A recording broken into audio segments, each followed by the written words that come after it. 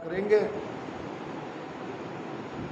पूरा गुरु मिलिया साची सूझ पाई, रटो राम नामा अच्छी बिरिया आई। पूरा गुरु मिलिया, पहली बात तो ये गुरु मिलना बड़ा कठिन है, उसके लिए भी भाग्य चाहिए। या जुग में तोरे बंदा वे बड़ भागी, या जुग में तोरे बंदा वे बड़ भागी। सतगुरु जकाई पिछाण्या वे, सतगुरु जकाई पिछाण्या वे, के सबरा पर अंतर नाई, के सबराबर अंतर नाही। जानी जमन कर जाण्या में, जानी जमन कर जाण्या में। या जुग में तोरे बंदा वे बड़ भागी, सतगुरु जकाही पिछाण्या। जिसने सदगुरु को पहचान लिया और पहचान के उसके शरण में चला गया, कोई अंतराय नहीं है। ये संसार में बड़भागी कहलाते हैं। वैसे अगर हम हमारी बुद्धि से सदगुरु को खोजने निकलेंगे तो गलत कोई खोजेंगे, क्योंकि एक धारणा हमारे मन में रहती है, बिठा लेते हैं कि हम जिसके शरण में जाते हैं वो ऐसा ही होना चाहिए, वो वैसा होना चाहिए। ऐसी कोई धारणा मन में बिठा लेते हैं और अपनी आँख से, अपने दृष्टिकोण से हम ढूंढने जाएंगे तो गलत ही गुरु को ढूंढेंगे। और ये जो भोले भाले हमारे रामसनी है, ये बेचारे कहाँ खोजेंगे गुरु को? तो इसको गुरु को खोजने की आवश्यकता नहीं है, गुरु स्वयं इनको खोजते खोजते आएगा अगर तड़प है। सुनो एक मेर हमारी अगाध देऊं, मेरो नाम मिलाऊं साथ। ये अगाध मेर है परमात्मा की। अगर हम तड़प रहे हैं, संसार में हमें रहना नहीं है और तड़प कर राम राम कर रहे हैं, पुकार रहे हैं, तो गुरु स्वयं आपको ढूंढते ढूंढते आ जाएगा।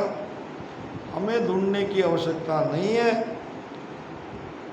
तो जब हमारे भाग्य से ऐसे हमें पूरे सद्गुरु मिल जाते हैं और समझ भी हमारी सच्ची हो जाती है, यानी समझ में भी आ गया कि अब हम आए क्यों, क्या करना है, ये भी हम पूरी तरह से समझ गए। भजन क्यों करना है ये भी समझ गए, सद्गुरु भी मिल गए, आज्ञा भी मिल गई। अब क्या करना है? रटो राम नामा अच्छी बिरिया आई। बहुत बढ़िया मौका आया है, ये समय आया है, अब राम राम रटन करो।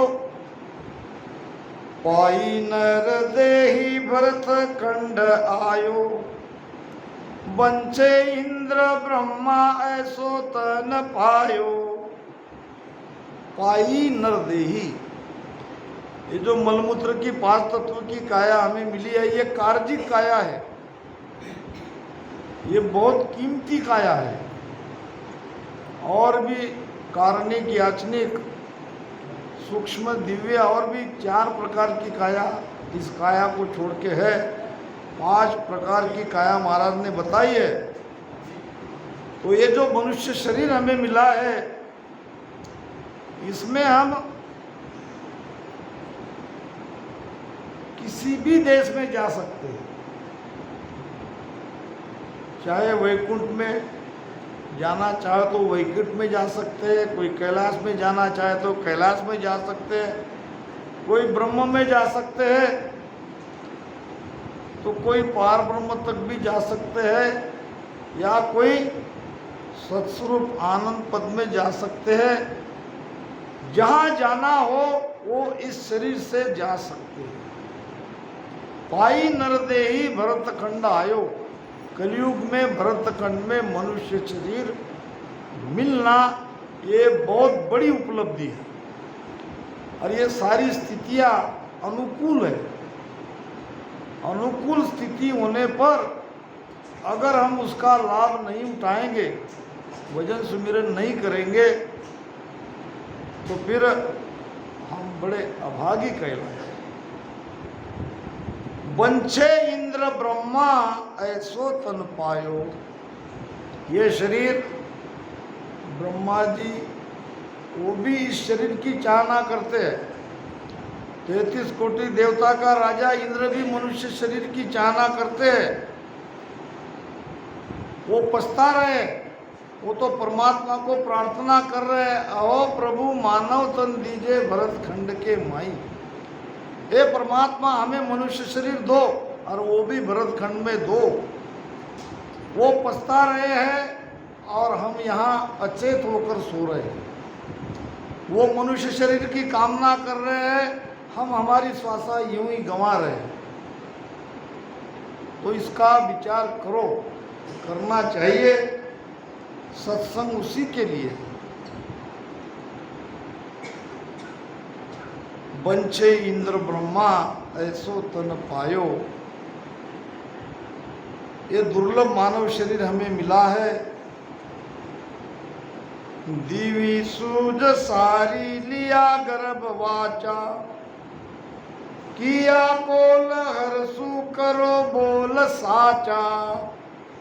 दिवी सूझ सारी, सारी समझ हमारे अंदर है, सब कुछ कर सकते हैं। इस तन से हम कहीं भी जा सकते हैं। ये सारी सामग्री हमारे भीतर है, वो समझ है, वो शुद्धि हमारे भीतर है।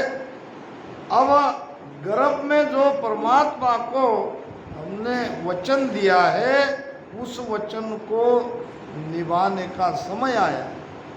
अब वो बोल सच्चा करो, जो हमने वचन दिया है उस वचन को जागो, करो बोल साचा। यानी क्या वचन दिया था कि गर्भ से हमें बाहर निकालो, ये यातना से, इस कष्ट से हमें बाहर निकालो। बाहर निकलते ही तुम्हें निरंतर याद करेंगे, तुम्हें कभी नहीं भूलेंगे। अब वो जो वचन हमने दिया है, वचन कब देता है? 7वें महीने में परमात्मा को याद करता है ये जीव, क्योंकि तब वो तड़पता है, वहाँ से परमात्मा को निरंतर याद करता है और फिर बाहर निकलता है। अब बाहर निकलने पर जो परमात्मा को आपने वचन दिया है उसको पूरा करो, उसको निभाओ। शिष्य भायक जतो सत समझा तपो त्याग कीना, हुआ शुभ कर्मी सुरगादि कलीना। करे जीग सोये कहुए इंद्र राजा, बंचे नर देही जिनका कीण काजा। शिष्य अपनी शंका यहाँ गुरु महाराज के सामने रख रहे हैं। जतो नाम जतीपना रखना, सत जत और सत, सतनाम सत रखना, सत बोलना, सत रखना, जत रखना, और तपो त्याग कीना, तप किया, त्याग किया। शुभ कर्म किया और स्वर्ग में जाके बैठ गए। 101 यज्ञ किया, इंद्र बना, देवताओं को राजा बना। ये स्वर्ग के देवता और ये इंद्र भगवान 33 करोड़ देवी देवता का राजा बंछे नरदेही जिनका किन काजा। क्या कारण है कि ये मनुष्य शरीर की चाहना करते हैं? ब्रह्मा विधाता रचे जीव सोई, मिनक तन मांगे को अरत मोही। जो ब्रह्मा विधाता है, जिन्होंने हम सबको बनाया है, सृष्टि को बनाया है, वो भी मनुष्य शरीर की चाहना करता है। इसका क्या कारण है, इसका क्या अर्थ है? गुरुदेव आप मुझे बताओ। अबे संत बोल्या सुनो शीस वाणी, वाणी नाम वचन। अबे संत बोल्या सुनो शीस वाणी, करुण्याव ऐसा जैसा दूध पानी। यानी दूध का दूध और पानी का पानी। मैं आपको ये सारा निर्णय करके देता हूँ कि ये इतनी ऊंची पदवी पाकर भी मनुष्य शरीर की चाहना क्यों करते हैं? करे शुभ सारा पदवी देव पावे, हुए पुण्य पूरा वासु काल ढावे। ये कारण है देवता का पछताने का। महाराज कहते हैं मृत्यु लोक में मानवी, देवलोक में देव, सुखिया सब पिछताव सी भूला हर की सेव। जो परमात्मा का भजन भूल जाएगा, उसको याद करना भूल जाएगा, उसका नाम नहीं लेगा, उसको पछताना पड़ेगा और पछता रहे है। करे शुभ सारा पदवी देव पावे, हुए पुण्य पूरा वासु काल ढावे। स्वर्ग लोक में क्या दुख है? स्वर्ग लोक में 3 बातों का अभाव है। जहाँ ये 3 बातें हैं वहाँ बिल्कुल दुख होना स्वाभाविक है।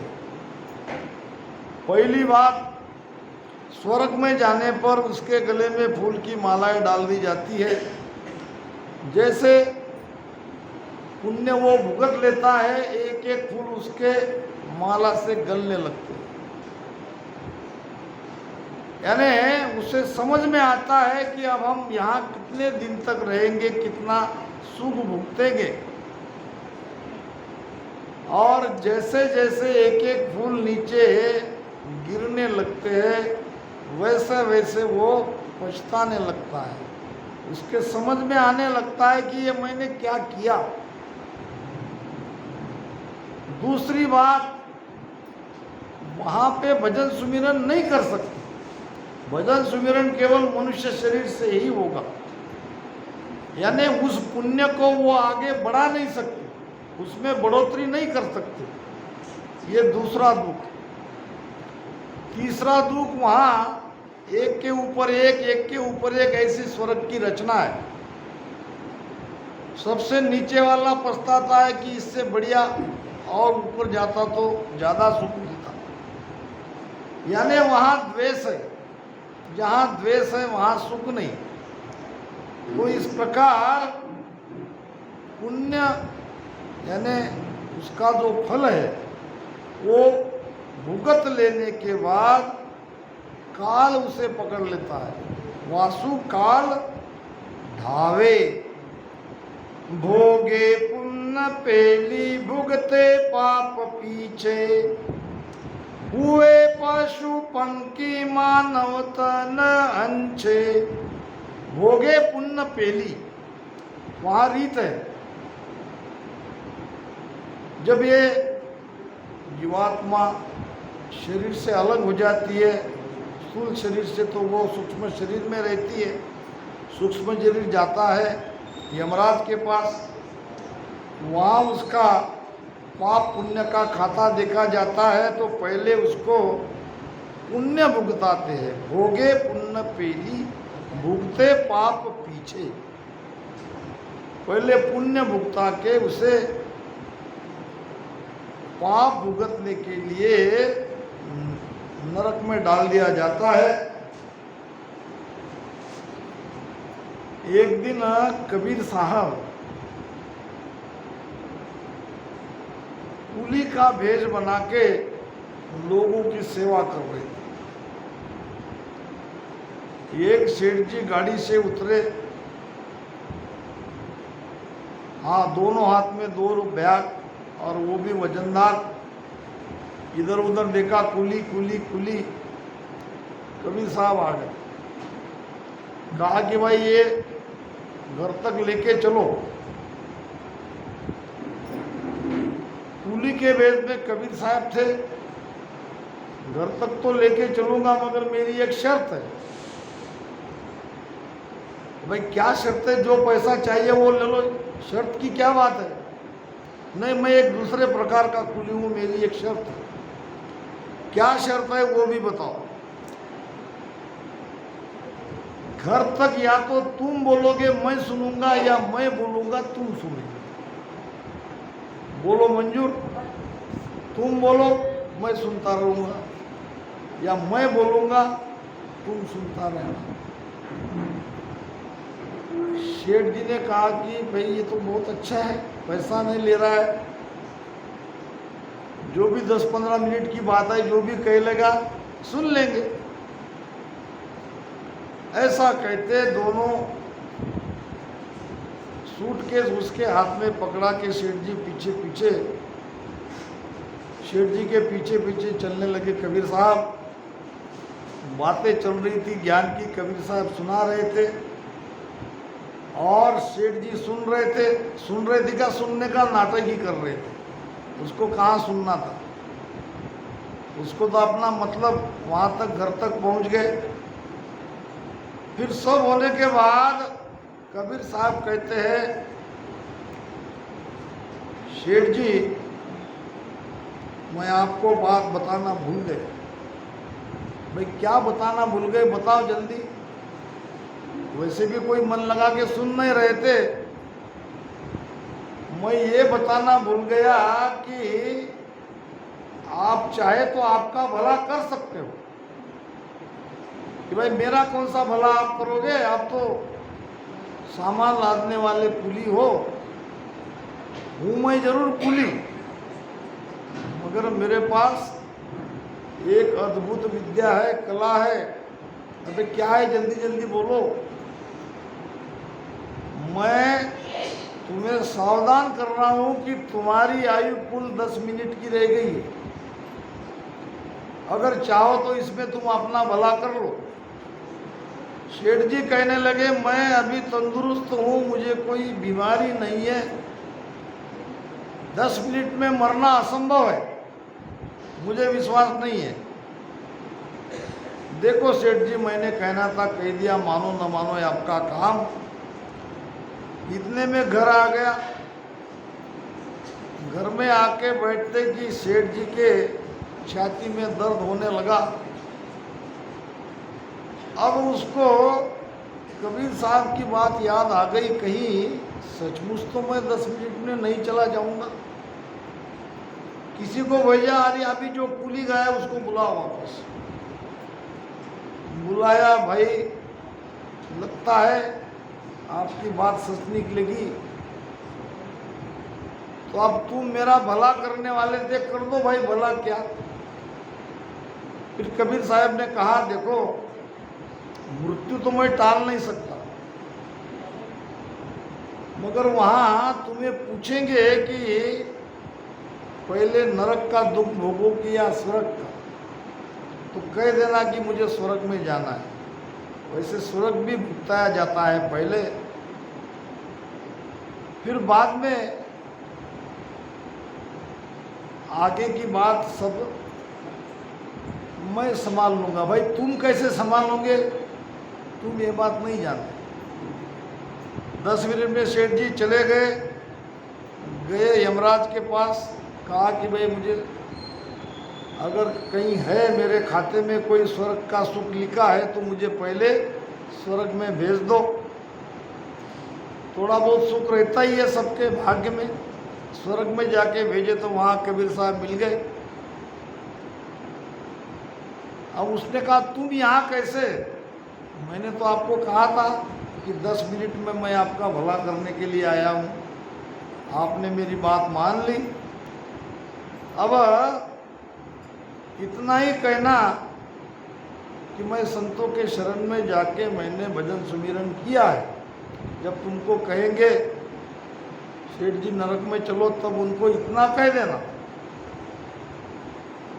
अब हुआ भी वैसा, थोड़ा बहुत सुख था, भुगतने के बाद कहने लगे चलो सेठ जी। भाई कहाँ? नरक में। तो मैंने तो सुना है संतों के शरण में लेके जो राम राम भजन सुमिरन करता है उसको नरक यातना नहीं मिलती। तो जाके पूछा,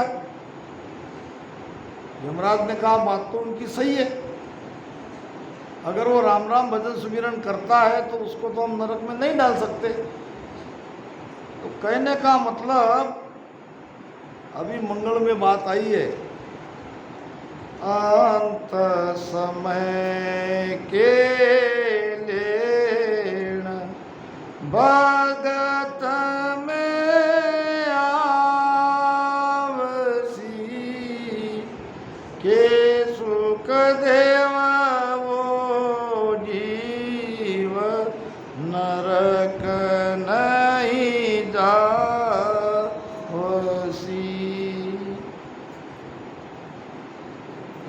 बहुत सुमिरन का महाराज ने बहुत बड़ा महत्व बताया है। और अंत समय में राम राम किया तो एकदम डायरेक्ट मोक्ष में जाएगा, ये बात नहीं कह रहे महाराज। तो यहाँ भी ऐसे हो जाएगा तो फिर लगेगी उसके पीछे राम राम करो, राम राम करो।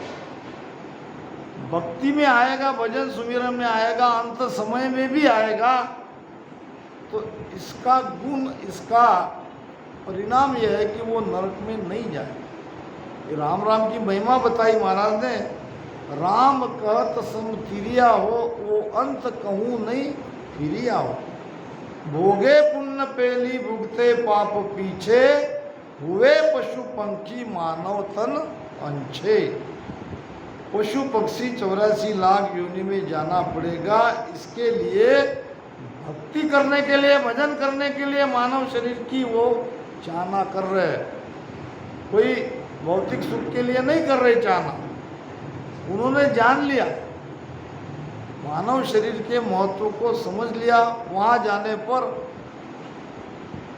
अब वो पछता रहे हैं, अब वो दोबारा मनुष्य शरीर की चाहना कर रहे हैं।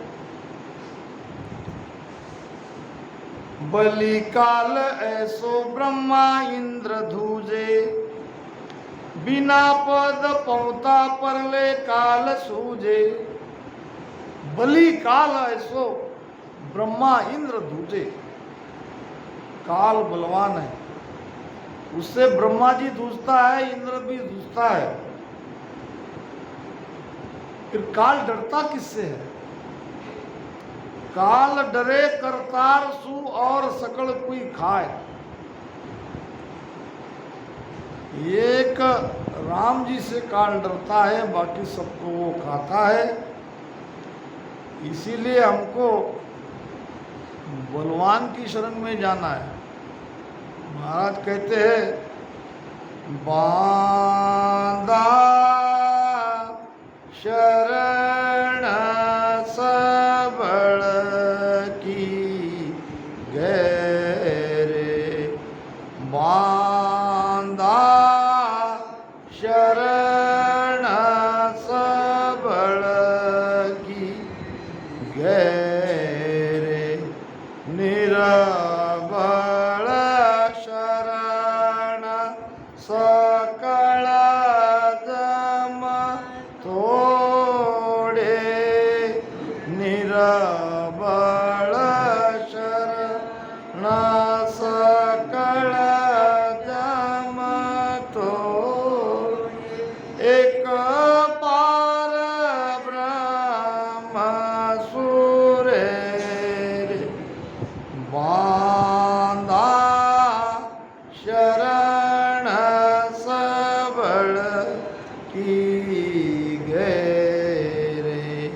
शरणा लेना है तो बलवान की लेना पड़ेगा, और काल से जितना है तो काल से जो ऊपर का है उसकी शरण में जाना पड़ेगा।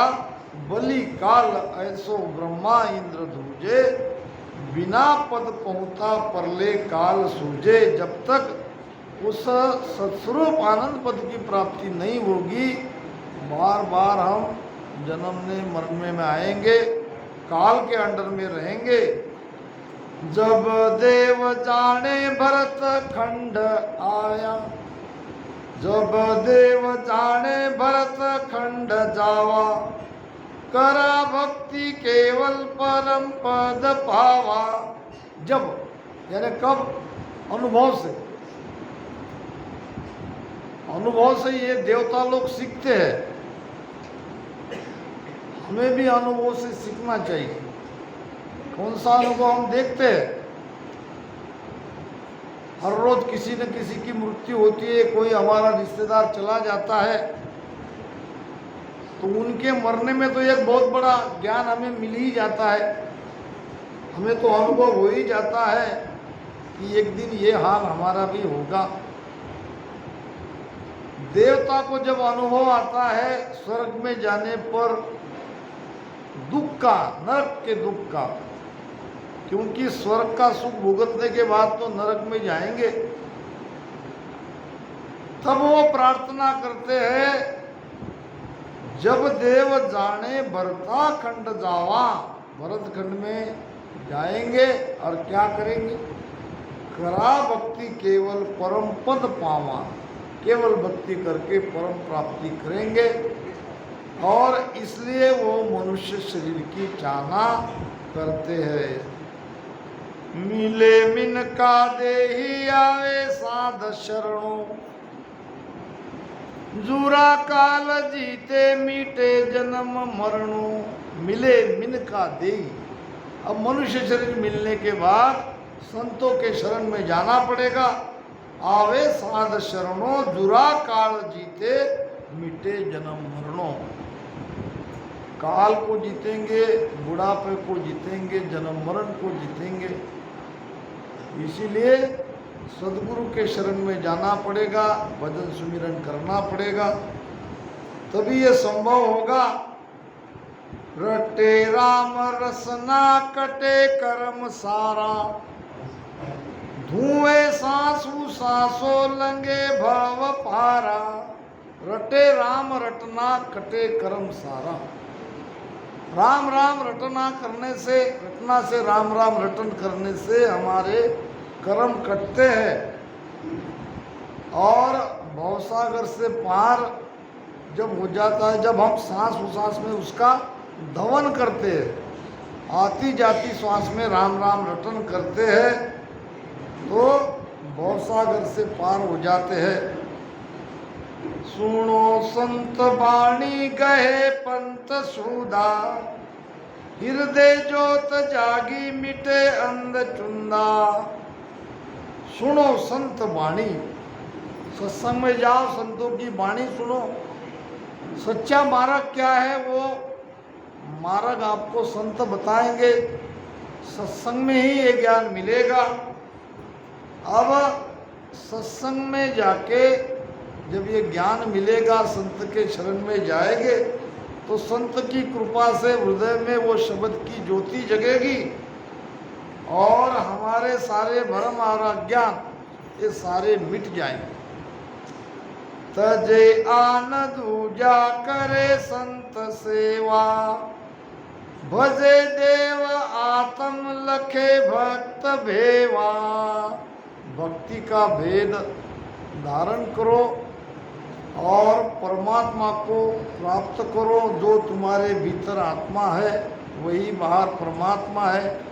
आत्म में परमात्मा आगत लखे न कोय, भरम कर्म में जुग बंदिया मुक्त कहाँ से होए।